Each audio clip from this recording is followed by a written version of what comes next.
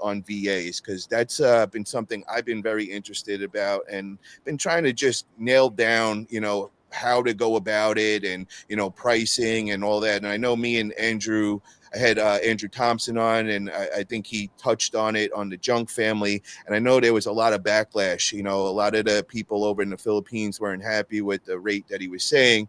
And, I just didn't know what the regular or anything about that, so I was a little confused because I thought that's, Andrew knew exactly what the rates were, but from the response I was hearing, I think he might have been off a little. So what can people expect to be paying for a good quality VA?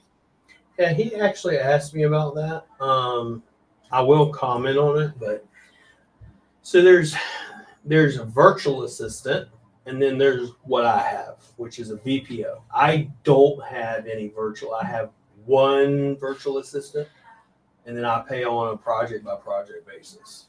Okay. Now a VA is different than the actual having staff here. What do you like? Well, what do you mean, William? So if you have staff here, I have a BPO. So for example, I could take someone that does trash removal from the street, never done nothing, has no skills, and this is what we do with most of them, and then train them on everything. They could be a cab driver, and I could train them on exactly what I do.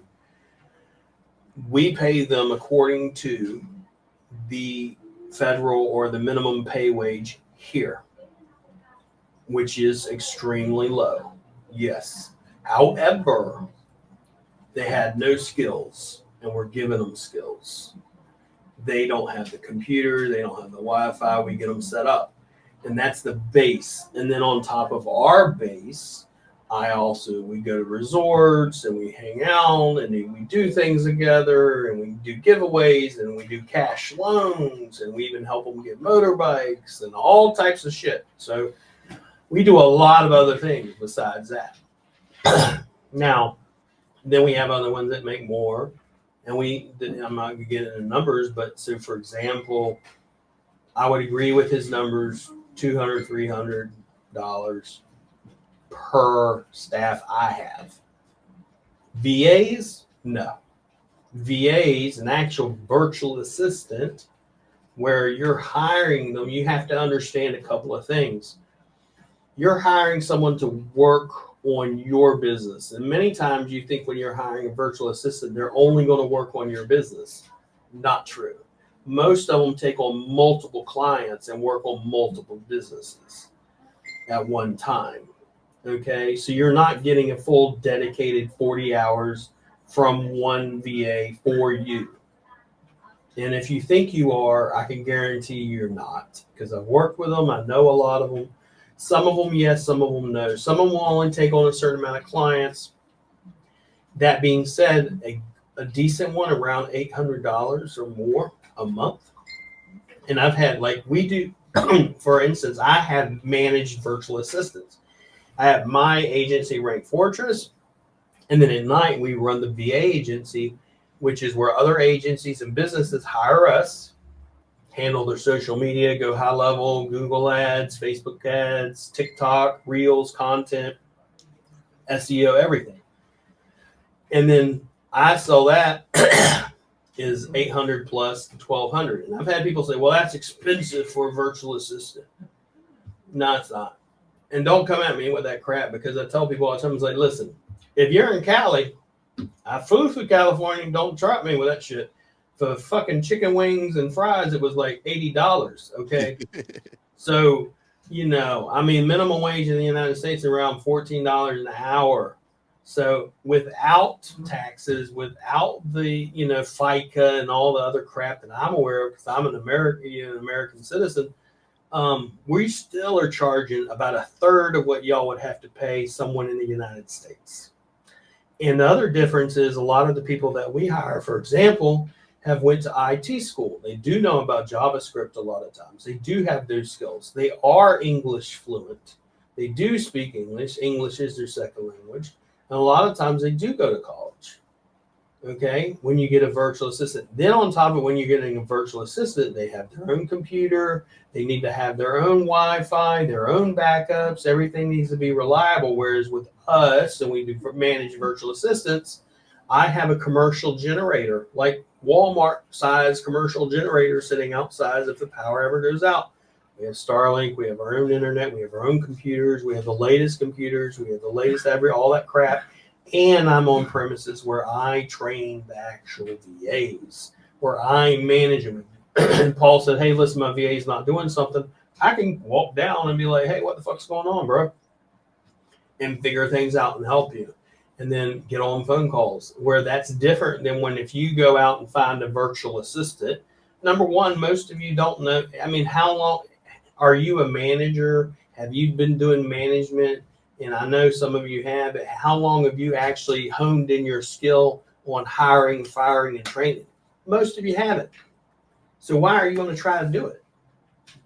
So, and when you're trying to find a virtual assistant, that's exactly what you're trying to do. Whereas we've got it honed in where we know what we're looking for and how to train people and how to make sure they're doing what they're supposed to do and how to manage them and all that. And we've learned it through ups and downs. It's not like we learned it overnight.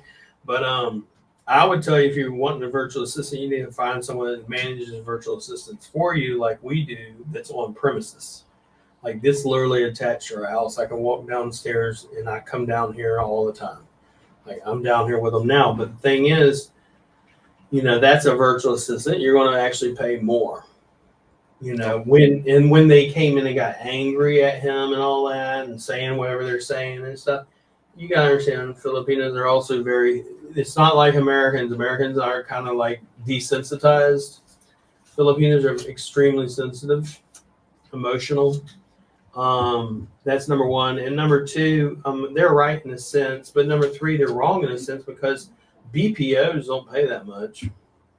You know, when you're an actual agency in the action, like if you're in Manila, you'll make more money than you are in the province. Same way as in the United States. For example, if I live in, you know, California, I'm not paying the same amount to live in Paw Paw, West Virginia. Or in another state or in another city. It's all, you know, depending on your cost of living where you're at.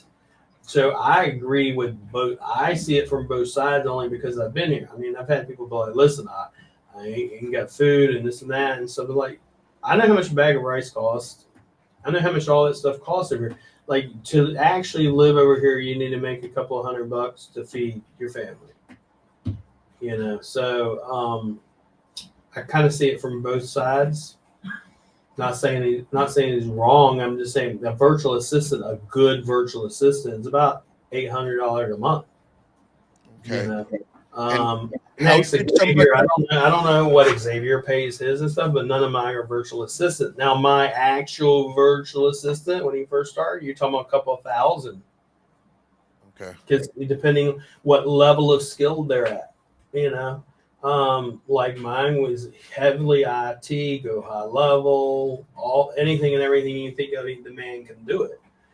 But then other ones are, I mean, are you going to, in the United States, even for example, am I going to give someone that flips burgers the same amount as someone that goes into a federal courtroom? No. Then why are you expecting the same? It's just not going to happen.